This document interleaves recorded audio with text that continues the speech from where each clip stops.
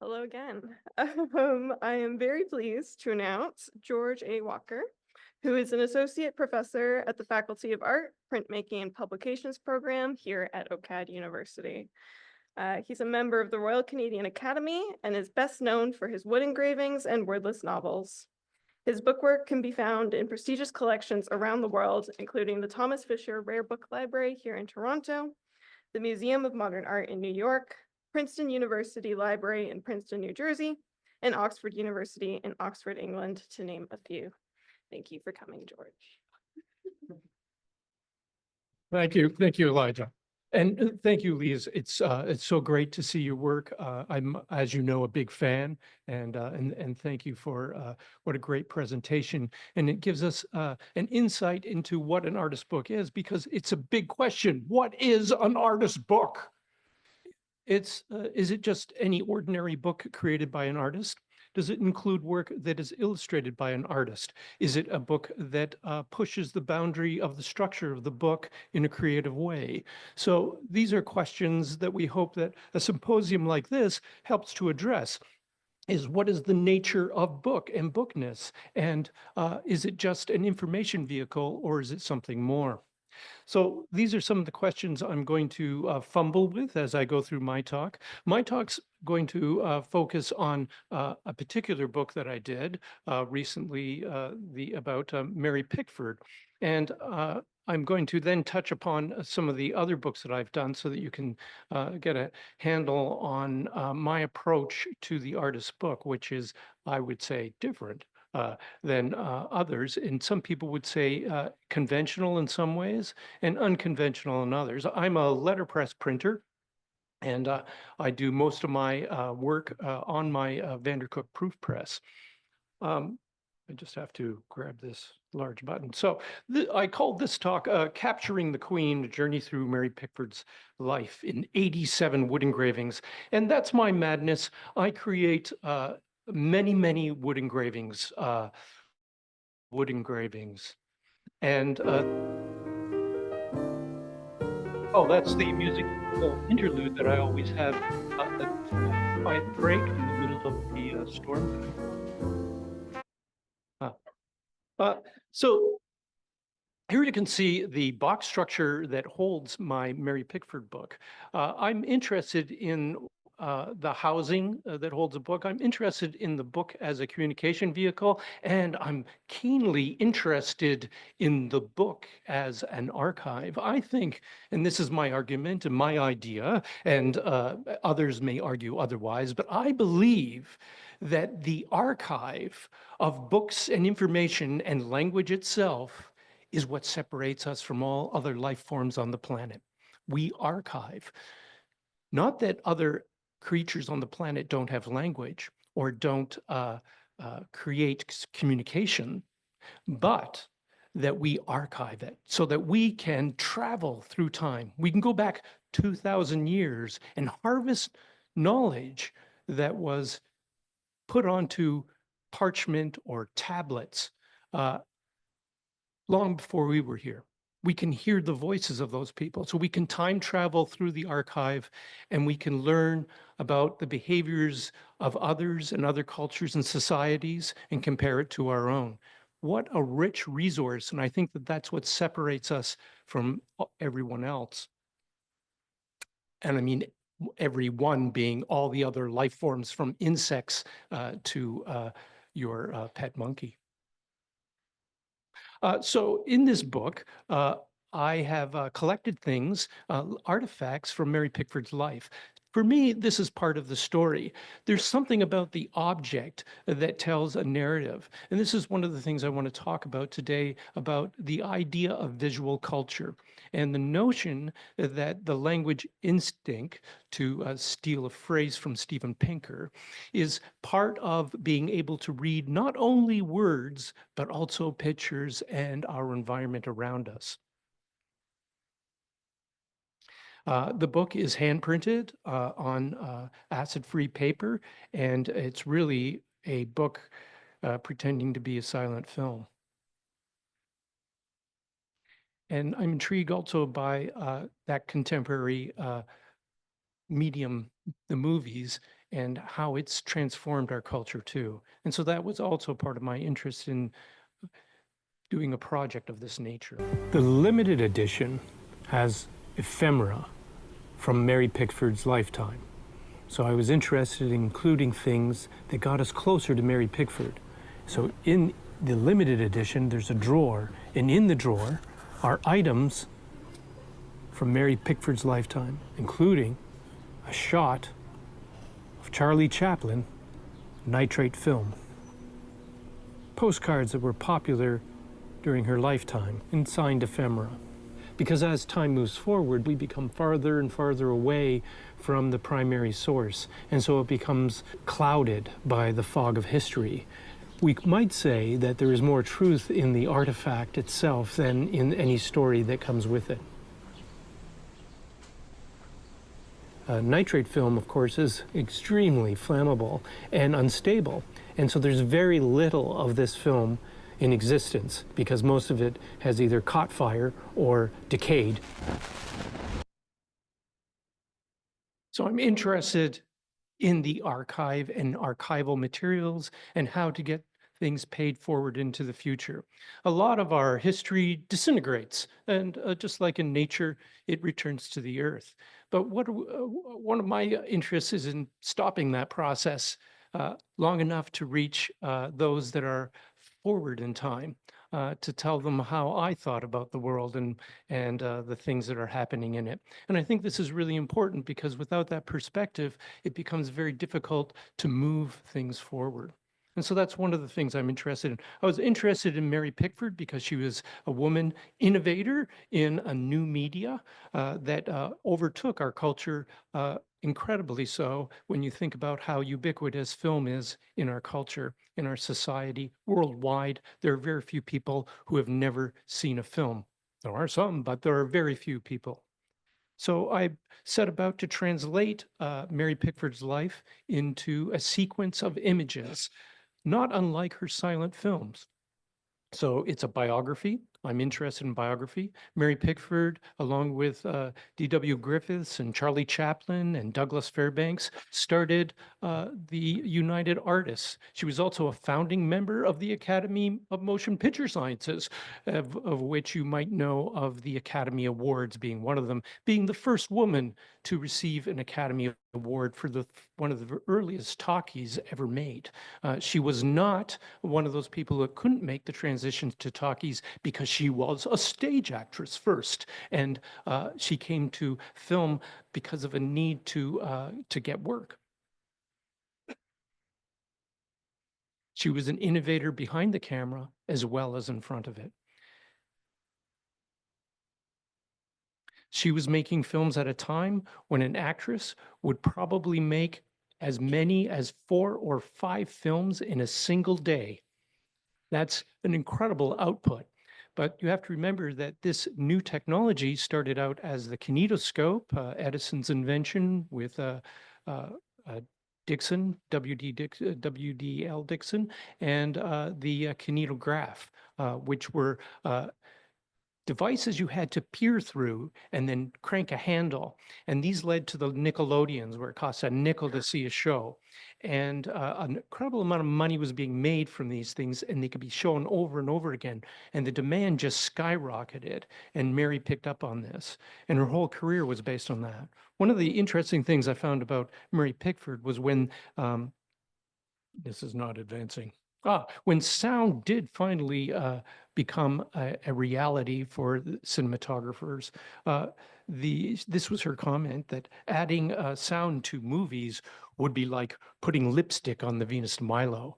She just could not fathom why you would do that. She had developed a language, and this is important too, because this is of interest to me, the idea of body movements and that thing that the mimes know how to do so well, speaking with their hands and their bodies. And Mary Pickford developed this. Before that, before Mary Pickford, and she came out of this acting trend too, most actors, stage actors, were doing things like this, and grand gestures that were contrived and cliches so that the audience could read them. And this made its way into early film too. And so this idea of making signs and symbols that the audience could read, Mary thought that this was artificial, that people didn't behave like that. And she wanted to bring a humanity to it, an emotion, a motive thing, and something where she could actually connect with her audience, because she realized early on from watching her own films that she needed to connect with the audience. They had to see themselves in her position. And she was very much a socialist and interested in the working class. She, of course, was a Canadian. I like to do Canadians. And so when I decided that I wanted to select another artist to do their biography of, I've also done Tom Thompson and Justin Trudeau and Conrad Black. Yes, too many people find that offensive, but he is a Canadian. And I've done, I did a book on 9/11 too, but Mary Pickford's unique. She grew up blocks away from here on University Ave. And near Sick Kids was her home, and her father worked as a confectioner on the Lakers until he was hit with a block and tackle, and then died several days after that. And the mother, with her, she was left with Mary, who at that time was not Mary Pickford. She was Gladys Smith, and her brother and her younger sister had to fend for themselves, and their mother sewed. And she took in sewing, and she realized that there wasn't enough money to make ends meet and to feed her kids. So she thought, maybe we'll take in boarders. And so a man knocked on the door, and she answered the door, and she saw a gentleman dressed quite finely and a lady with him. And he said, Madam, we're interested in renting the room you've advertised. And she said, oh, yes, it's available. And what is it, pray, that you do? And he said, well, I'm in the theater. And of course, that's like saying, I'm a prostitute. Back then, theater people were known for their profanity and coarse way of living. And she did not want her children to have anything to do with that, and especially people living in the house. But he said, no. He says, Madam, you've got us all wrong. We're a family. We are very clean and proper. And he said, why don't you come down to the Princess Theater, and I'll show you a play, and I'll tell you how we would how we do things, and perhaps your children would be interested in acting in one of our plays. And so this is how she got involved in the theater. And so that was the beginning of her life in film. I make all my images in wood engraving. And I cut all these blocks after I've done research into my subject, which in this case was Mary Pickford. And I had to find out lots of little details about her that I thought could tell her story, because I wanted to create a silent book, if you could use that term, a phrase. I wanted to create with intertitles, a way of expressing the devastation that happened to her that impacted her life moving forward. She always respected her Canadian roots. So what is a wood engraving? Is it a woodcut? So the primary thing about relief printing, which is what I do, it's related to linocut and woodcut, but it's different because of the tools that I use.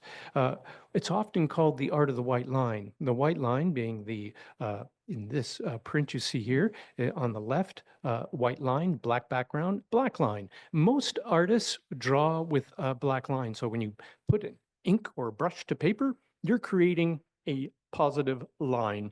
I work the other way. I take the light out of the block or reintroduce it by taking material out of the block.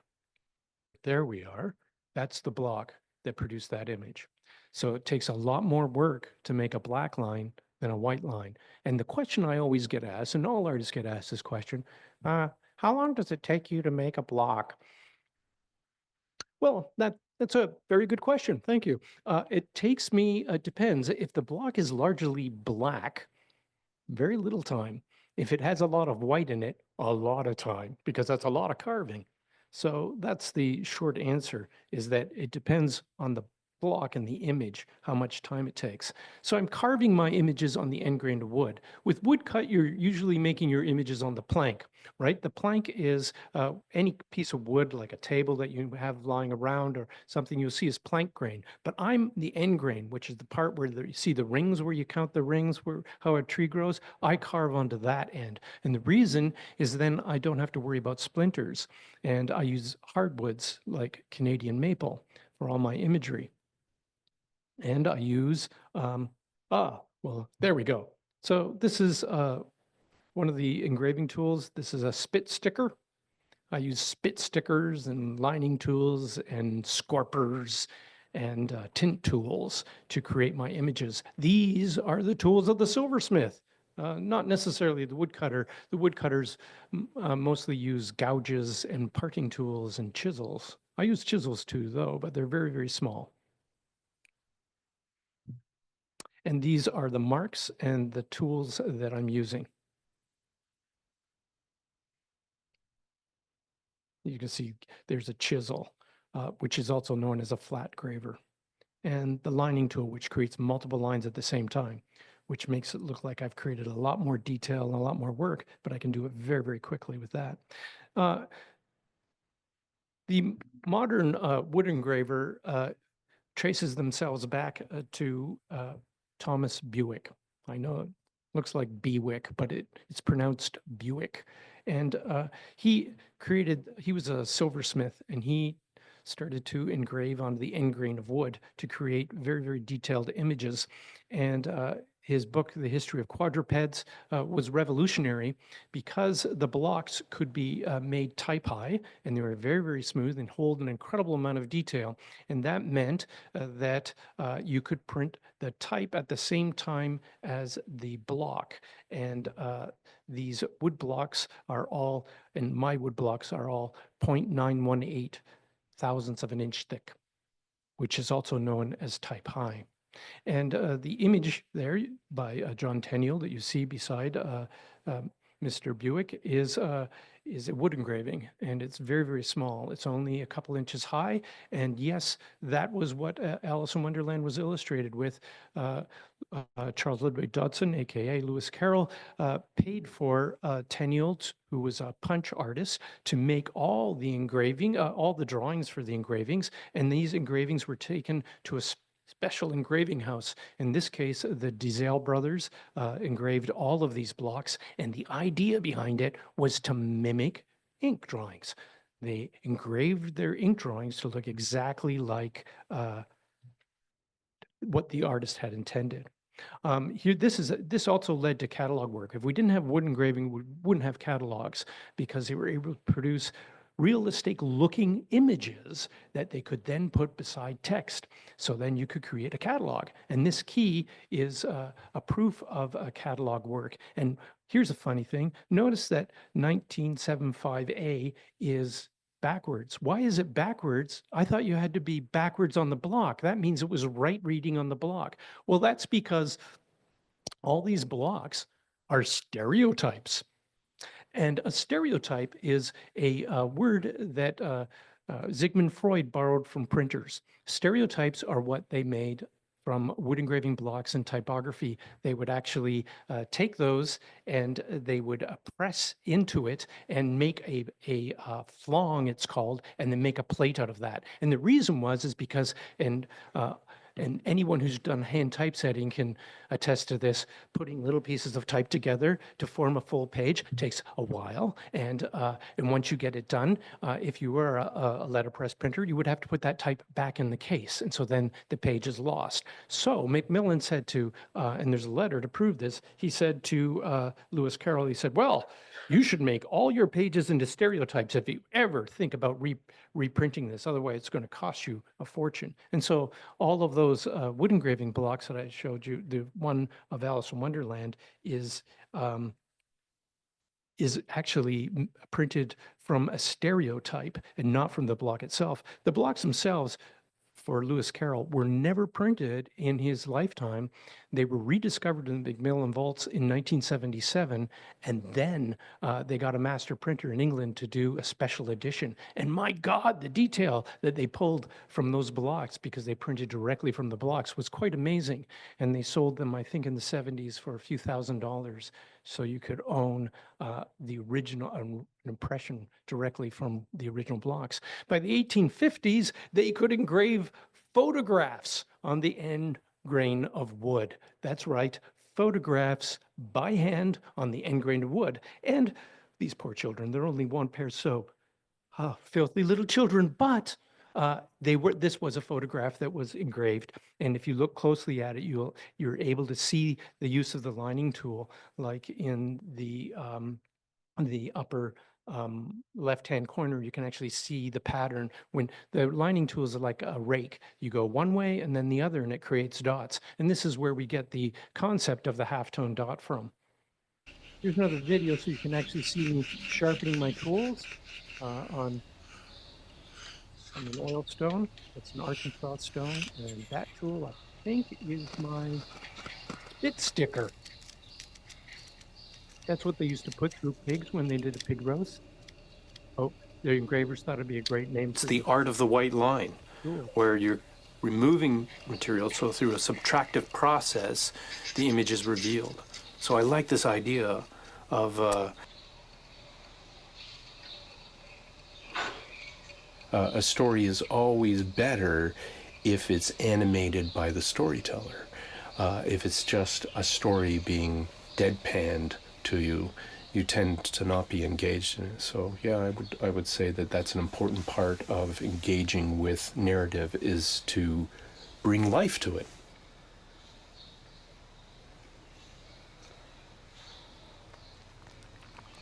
And now you're going to see my press. Sorry that the video is sort of staggering. That's my Vander's Book SP15. It has an electric unit. Convenient. I'm going to leave this video if I can. Yes, the process. So I have to I have to draw all the blocks, and I based a lot of the images off photographs because I wanted to have a documentary feeling to it. And so some of the engravings are inventive, and others are based upon photographs from Mary Pickford's lifetime. And then they're transferred to the block, and then I start to engrave the blocks. I do a lot of research, so I find images in books, and I read books to inform myself of her story, so that when I'm telling it, I can effectively transmit the story as we know it. Thank you. It's called Good Bad Man, and the font was used to restore a Douglas Fairbanks film of the same name.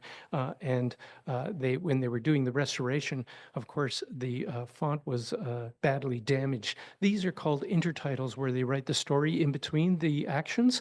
And that's why Mary Pickford was so internationally famous. You know, she was the richest person in the world by 1914.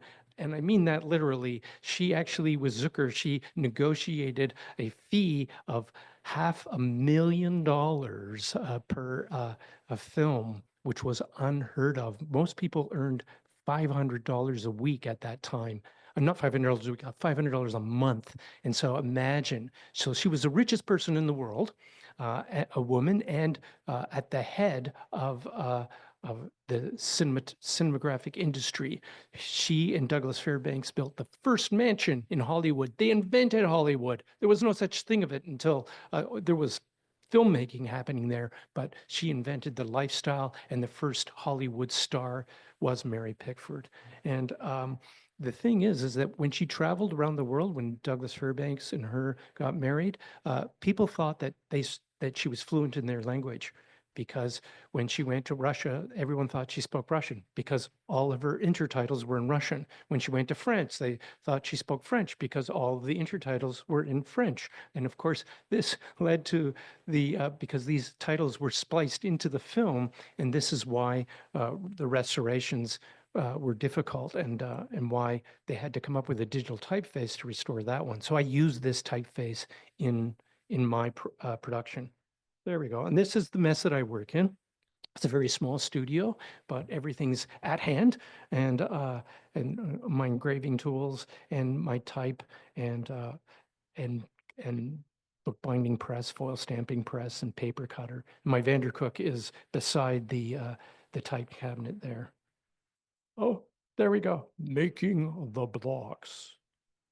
Ah, yes, I think I was telling you about process and carving the blocks. So I'm using all of these tools that have to be very, very sharp. So I'm constantly sharpening them in order to cut into the wood. And it takes a while. So this one, of course, would take longer than one that was predominantly black because there's more cutting in it. And this is what it looks like on the page. There is no picture of the Pickfords, well, actually, the Smiths at this point mourning their father's injury. It took weeks for him to die after he got hit in the head. So he was at home and they were wondering how they were going to deal with this. So when John Smith finally died, it was devastating to them. And Mary, when she got her first job as a stage actress on the Warrens of Virginia, which toured across North America by train, and luckily Union Station was the hub for that, so she could get back to Toronto by train. She was the breadwinner for the entire family. She was making enough money as a young actress, and so she was very familiar with train schedules and catching trains to get all over the place to be able to portray the characters that she did in the many live action theater performance she did. This is long before she meets, she becomes a Belasco player and meets the cinematographers like W.D. Griffiths that would change her life. Here you can see this is a picture of her with Frances Marion. Frances Marion was a screenwriter. At this time, in the emergence of Hollywood in the early 20s, there were dominated by women, women screenwriters and women actresses, which drew people to see what was known as the flickers. And the other cool thing is that they never used to put the actors' names on the film. They would put the producer's name, but they didn't really want the act. But people started to say, we want to know who that girl with the curls is because we want to see more films by her. And so Mary Pickford, her name starts to appear on films because the public demands it. And that was a huge change. And now is very common that we wait through 10 minutes of credits on a film. So there's my engraving of Marianne and Mary.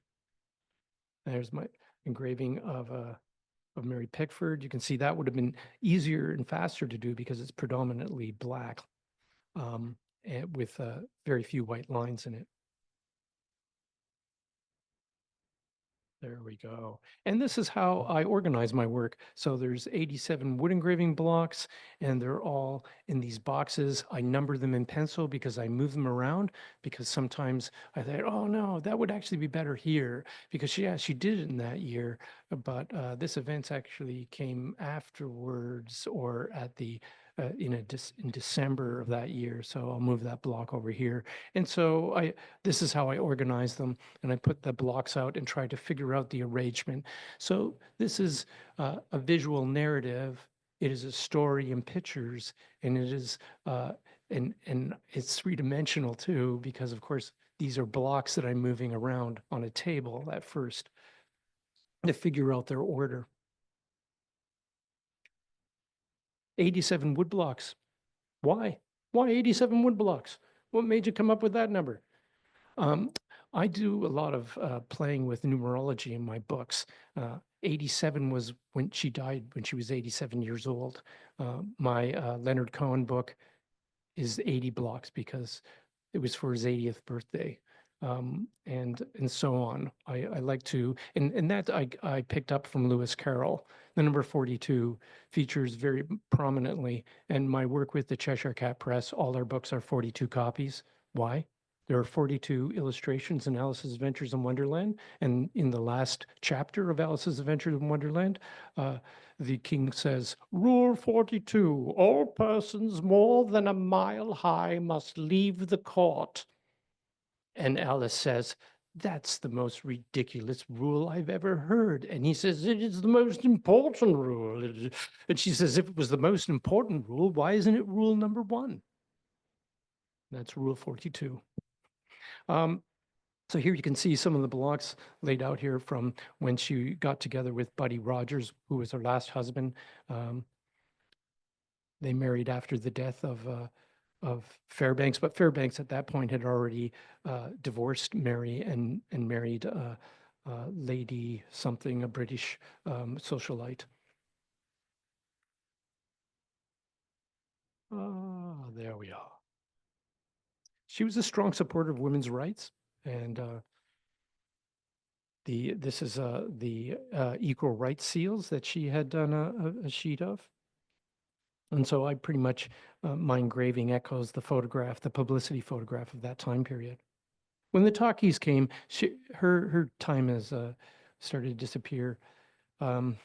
So she started in the 1960s to burn all her films. She said, people don't understand the art that I was involved in, and they don't understand what silent film is. And so I don't care about this anymore. I'm going to destroy it all. Luckily, the Russians kept most of her films. And the reason that we have good copies of them is because we were able to get them from the Russians and then change the intertitles. There's a great restoration of Rosita.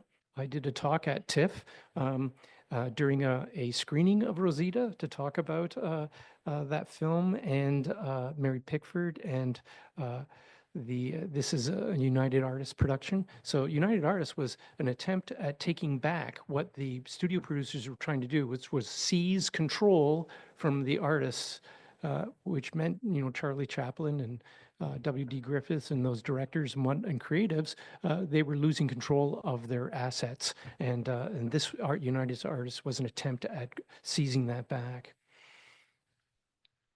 And this is an image I've interpreted from Photoplay magazine.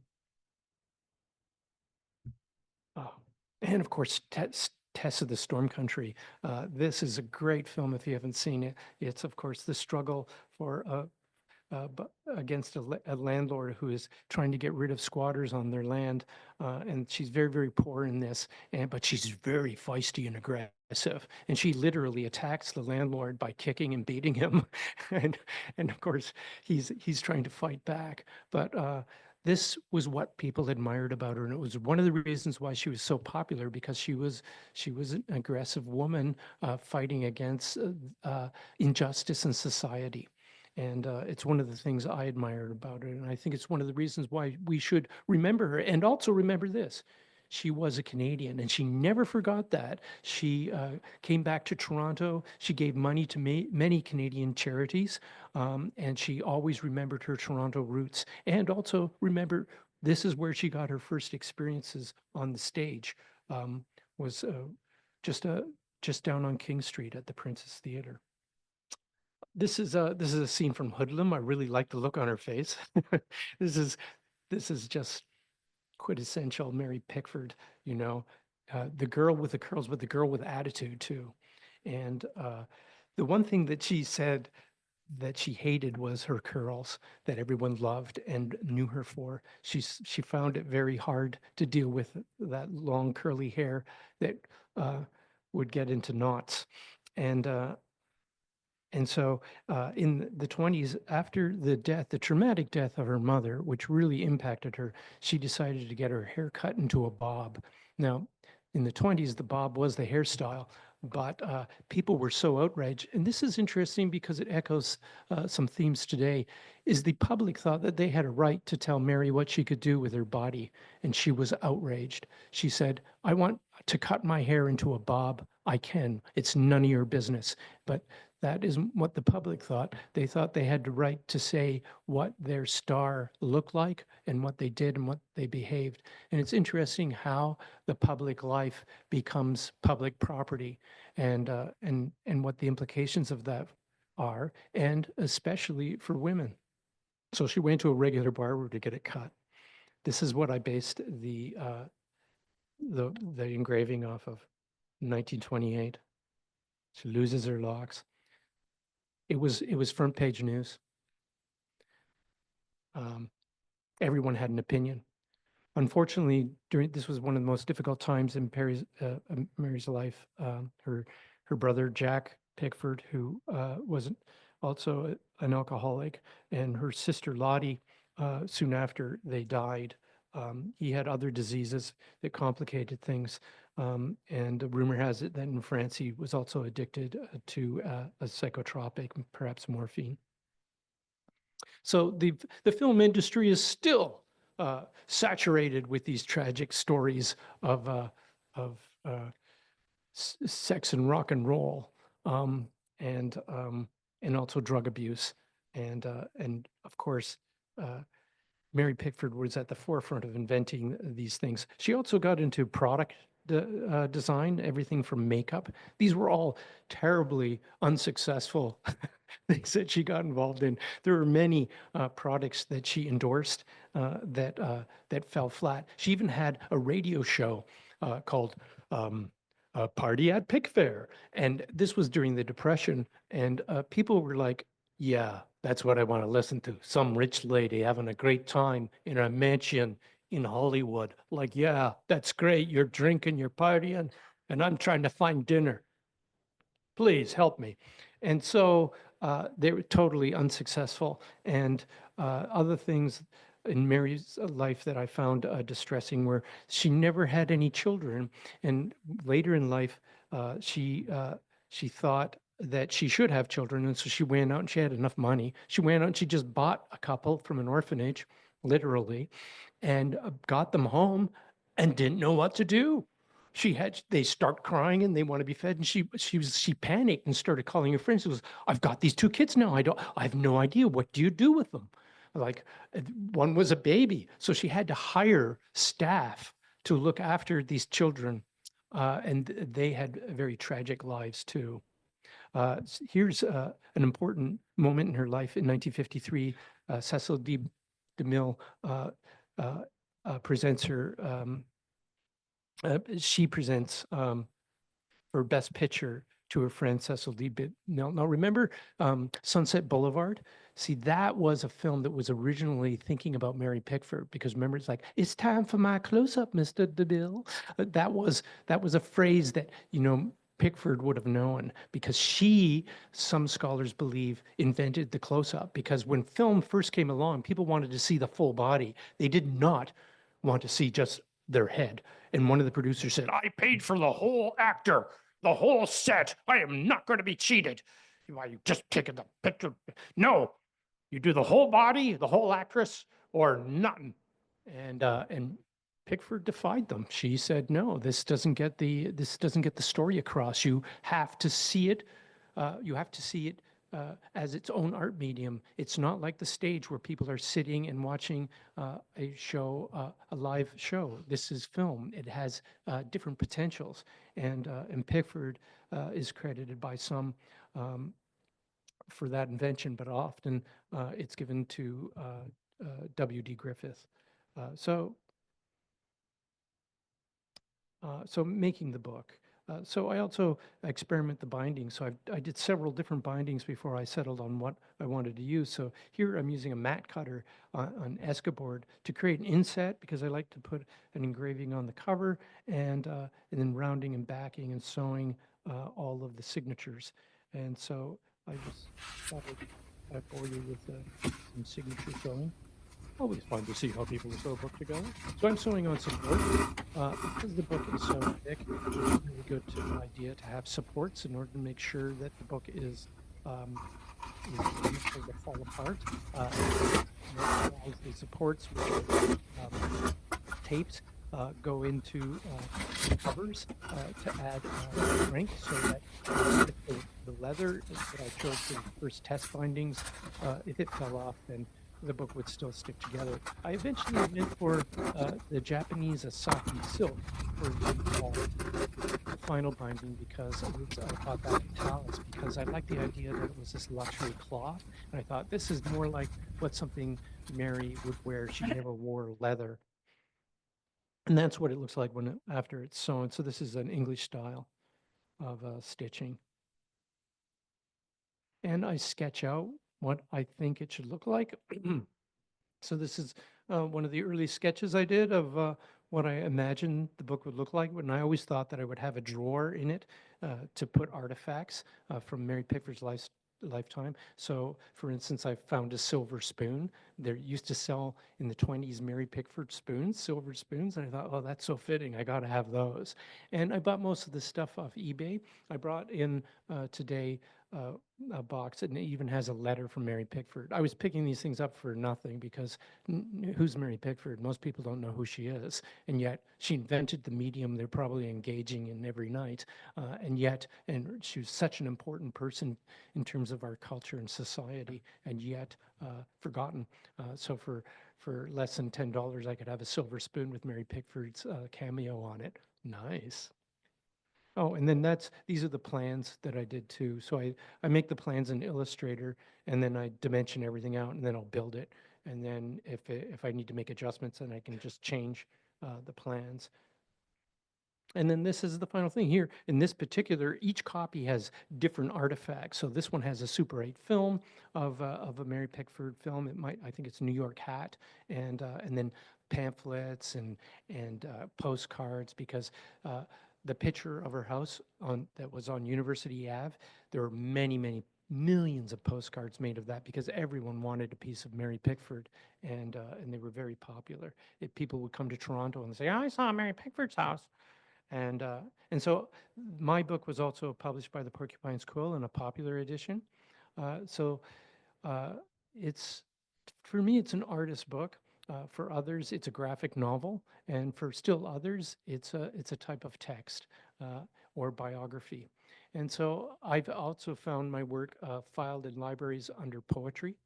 And so what's an artist book is a good question, and librarians struggle with this because they get into arguments over what an artist book is or isn't, or where it should actually fit within the library narrative of cataloging the Dewey Decimal System, et cetera, et cetera.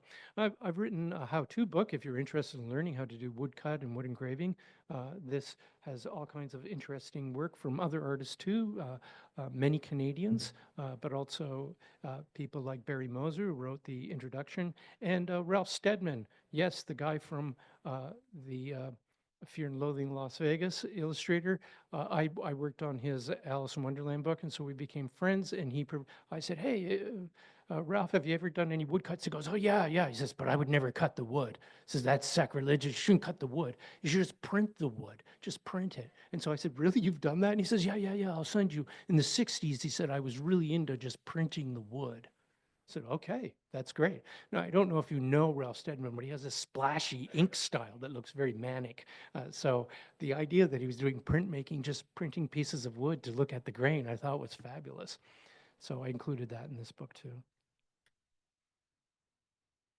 And Ralph Steadman does artist book too. He did one with, who was it? It was Kurt Vonnegut and Hunter S. Thompson, and Ralph did a book called Red Shark.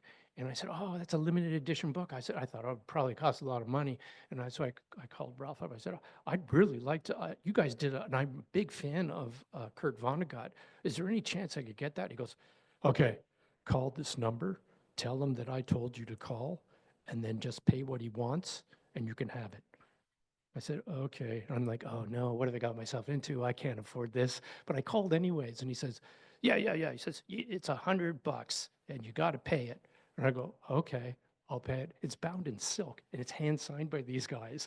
And I just thought, yeah, that'll be good for my book collection. I can do $100. So that's how I got that. Oh, this is, sorry, that one is my most recent book.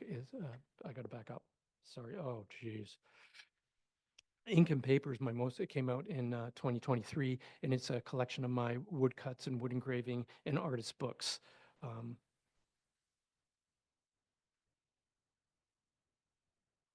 dear me.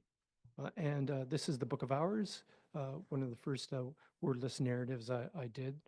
It's about 9/11. I was interested in why the struggle for power is always fought by people that don't have any. So these are the people on the front lines of a war they didn't even know they were in. And You know, they're just going about their business, like mopping floors, you know, trying to fix the photocopier, you know, trying to get to work on time, and then boom, they are hit by these planes. And I was interested in that about, you know, and we all are, about this, the unfairness of it all. You know, why are there so many things that are unfair in life? And so I called it the Book of Hours because I was interested in the passage of time. And so uh, in the Book of Hours, I print the times, but everything either adds up to 9 or 11. So I played with the numbers and this idea that these time periods, because it rained the day before, I started looking at the weather and started to find numerology within the event itself, and I found that very fascinating. Not helpful for understanding it, but of course this is a book without words because it's a visual narrative, and I thought, well, that's the best way to understand anything like that, is sometimes words fail us. Sometimes language has limitations, and this is why visual culture, visual language is its own thing. We've been reading imagery for the entire time we've been on this planet. Think about following footprints or reading the sky, being able to tell the time by looking at the sky and looking at things around us. So reading imagery, reading pictures is a thing. And there is something called visual literacy, and you can be visually illiterate. That not just because you're blind, but because you can't see anymore, you're not looking. And so the art of looking is, and Hughes talks about that too. There are many books on the theory of art, which talk about looking being one of them. And so it's so important to see and not just to glance at things, but to really understand what you're looking at and and what hidden meanings might lie there. And in the art gallery, we see this all the time when people go through and they see a painting, and its theme may be the a Greek myth, and yet you don't know that Greek myth, and so the meaning is lost on you. Symbolisms like a woman holding a feather, or even Rembrandt's painting where there's a little girl holding a chicken in it, and there's all these soldiers standing around. It's like, what does that mean? These are deliberate things, and they're encoded. They're giving us information, and if we can't read them, then they're lost on us. And one of the criticisms I've had about my wordless narrative is because I said, well, my narratives are universal language. And one said, well, that's not true. I mean, look at Egyptian. They lost the ability to read Egyptian. And so, you know, and that was all pictures. That's true. And, you know, the Rosetta Stone was the key to understanding that, about how to look at those hieroglyphs and understand the knowledge that was embedded in there. And that is part of our rich archive, humanity's rich archive, that we can dig into and we can recover information and knowledge from. And I think that's the most important thing that the book artist does, and whether the book artist is a writer or whether the book artist is a visual artist, we are adding to the archive, our collective knowledge and experience. And sometimes, to use a cliche about a picture being able to say more than a few words, it's true. There is so much richness in imagery. This is my book on the mysterious death of Tom Thompson. I used to take my kids up to Algonquin Park every summer, and we'd hike back into the outback. And sorry, it's because my slides move so slow, Andrew, that I'm probably running behind time. They did, when I tested them, they moved so much faster. But this is Tom Thompson. I was interested in his mysterious death in Algonquin Park. It's a great story, great Canadian story, if you're interested in murder mysteries. I know some of us are. It's a very good Canadian murder mystery. I think it's a murder mystery. Some people said, no, he stood up in his canoe, was peeing over the edge and fell in. No, that's not true. And then I did Leonard Cohen, and I was interested in taking away the very thing that gave some of my subjects power. In this case, Leonard Cohen, his words and music, I took those away. I said, how does Leonard stand up just as an image in culture? Well, because, you know, he hung out with Jimi Hendrix and many other famous people, including Andy Warhol. But he was neither, and Allen Ginsberg. He hung out with these people, but he was not a beatnik, and he certainly wasn't a hippie. He was somewhere in the middle there. So I was interested in that, and his contribution not only to Canadian culture, but also to a larger culture. And also remember, so anyways, so even the larger culture of words and music. And remember, Cohen was also a poet, and he was also a novelist. And if you haven't read his novel, well, or his poems like The Spiced Fox of Earth and Beautiful Losers is his novel. Great stuff. Find it, read it. Oh, I also did Pierre Elliott Trudeau. I was going to do The October Crisis, but my friend Tom Smart said, no, no, no, no, you got to do the whole man. He's really complicated because he was a separatist, right? and I thought, okay. So I thought, oh, I'm gonna see if I can get Maggie Trudeau to write the intro to this. And so I went to Ottawa and I donated one of my artist books to one of her causes, and I got to see her. And I said, do you think you would write the introduction to this book about your late husband? And she says, oh, no, I never write about Pierre. And I said, well, here's some engravings I did. I wonder, maybe Sasha or Justin could. And she says, oh, I'll show them to them. So Justin, before he became prime minister, wrote the introduction to this, and I got him to sign all the books. Cultural artifact. That's just luck. Just luck. Usually I tell my students this, if you don't have a pile of rejection letters, you're not working. You should be out there asking for permission to print, write, and do and get involved with other artists and writers, and expect to be rejected, but don't dwell on it. Don't be consumed by it. Just write another letter. Jeff Winch did a film about my work called The Wood Writer. It won the Yorkton Film Festival in 2023, I think. And it's available online and in the library too. And here's a little taste of that.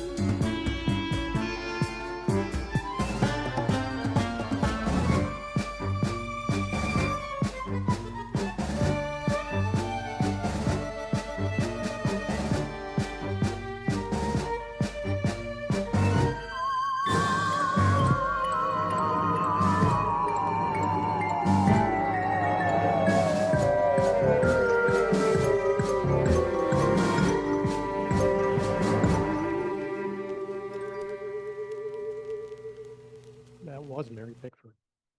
And that was me. The magic of film. Thank you. Okay, thanks a lot, George. That was amazing. Are there any questions for George in the audience?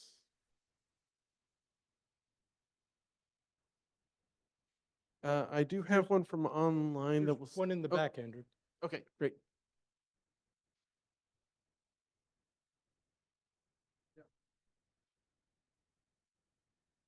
Hi, thank you. Is there a minimum depth for when you're doing your woodcuts to get an accurate impression?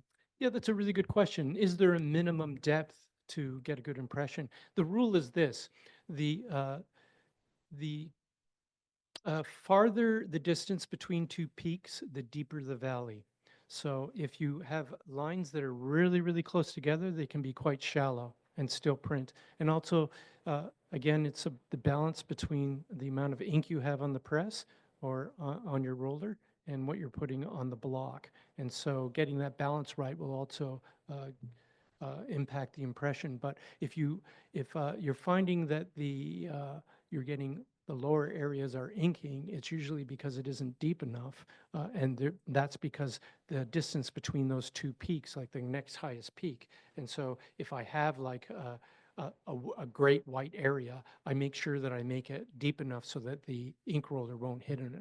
And sometimes, in some cases, I have to use roller bearings so that if I'm using a softer roller, the roller doesn't push down into the lower areas. And so there's stability as the roller moves across the block. But a very good question. Thank you. Hi, George. Hi. What kind of wood do you use for the wood blocks, and do you use any kind of boxes that are to preserve the blocks so they don't break down faster? So, two questions. What kind of wood do I use? I would have loved to use boxwood, but it's way too expensive. So I use Canadian maple, which is way more relevant.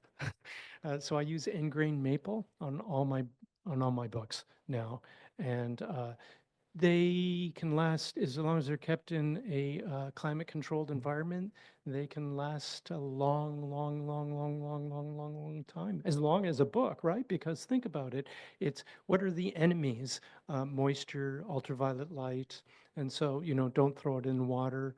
And then of course insects would find it delicious, but it is a hardwood. So if it's kept in a a airtight container, then you're probably okay. They'll probably last for centuries. I hope. That's my hope. But if you want to see any of my blocks, a lot of them are at the Fisher Ware Book Library, and you can go there anytime you like and pull out the things. It's always best to maybe write a quick note to one of the librarians saying that you're coming and you'd like to see those things, and they can have them out for you, and you can sit in a room and touch everything. A lot of fun. I do it whenever I can. Touch the treasures of the Fisher. That leads to one of the online questions about where we can find your books in public and private collections. Oh, thank you. Yes, you can find my books in public and private collections. And you can also find me on Amazon if you're looking to purchase something. The Fisher Ware Book Library, McGill Library in Canada, you mean? Most likely, but here at OCAD as well. Oh, right? yes, and here at OCAD, and you just have to ask Marsha to give you a tour, and which I think is coming up, so very exciting.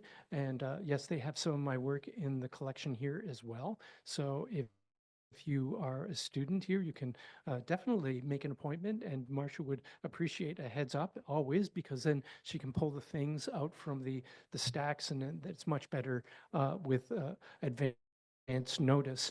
Many public collections all over the world, including the Morgan in New York and the MoMA, have my work, and you can ask to see that. Again, because these things are usually in storage, it's always best to give them a heads up. But if you can always find me online and send me an email if you're going to a certain place and you want to see if they have my work in that collection, I'd be happy to help you or direct you to other treasure that might be in the collection that you're going to, because you don't just have to look at my work. There's so much beautiful stuff out there. Hi, George. Hey, I Jim. wondered if you're working on another wordless novel and what the subject matter is. Very good question. So now you're asking me to reveal my secrets. Yes, I am actually, and I've already started it. And I already got hacked for posting a little thing on Instagram showing my next block. It's on Emily Carr. So I'm doing the life and times of Emily Carr, another controversial Canadian artist, and I'm also right now I'm at the research phase, so I'm looking at her engagement with Indigenous peoples and the First Nations of Canada, and the questions about appropriation that she's been accused of, and whether and so I'm trying to figure out how I will deal with that in the work, in my biography of her. But thank you, that's a good question. Great. I have another one online. The first time you use a block and you don't like the result, can you go back and improve on that specific area? Yeah.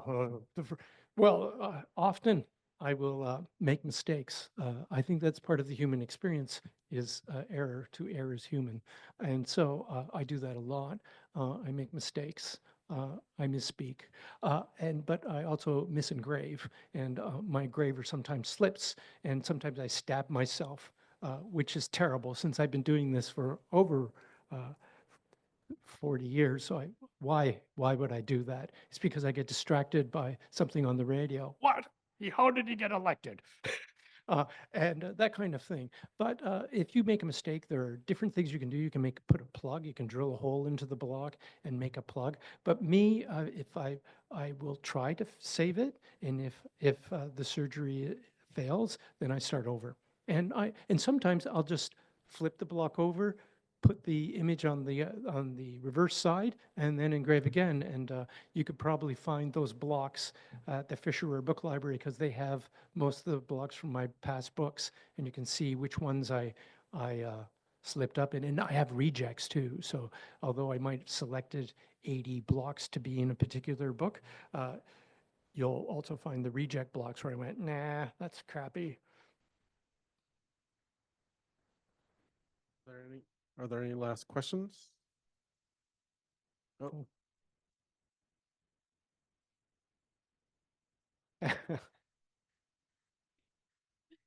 Hi, George. Hi, Phoebe. How are you? I'm good. How are you? I'm good too. Thank you. Thank you for coming. Yeah, Leaf and Letterpress. Woo. Woo. My question is, when you're working on a project that takes so long, like many years, how do you deal with like the middle period? Do you feel self-doubt? Oh, yes. I think self-doubt is part of the process. And like, why am I doing this? And, I could have made better choices in my life, the whole what if. I think that's part of it. And I certainly have those feelings, and I get frustrated, and I'm not gonna finish this one. That's it. And in fact, during the Mary Pickford project, I said several times that I wasn't gonna make another wordless narrative. I just said, I'm not going to do that anymore. No, that was just too painful. And I'm not, why put myself through such stress? Because it takes so long. And then you're wondering if you can withstand the criticisms of others. And yet here I am. I've already started another one, and I'm going into dangerous territory again. But that's part of it too.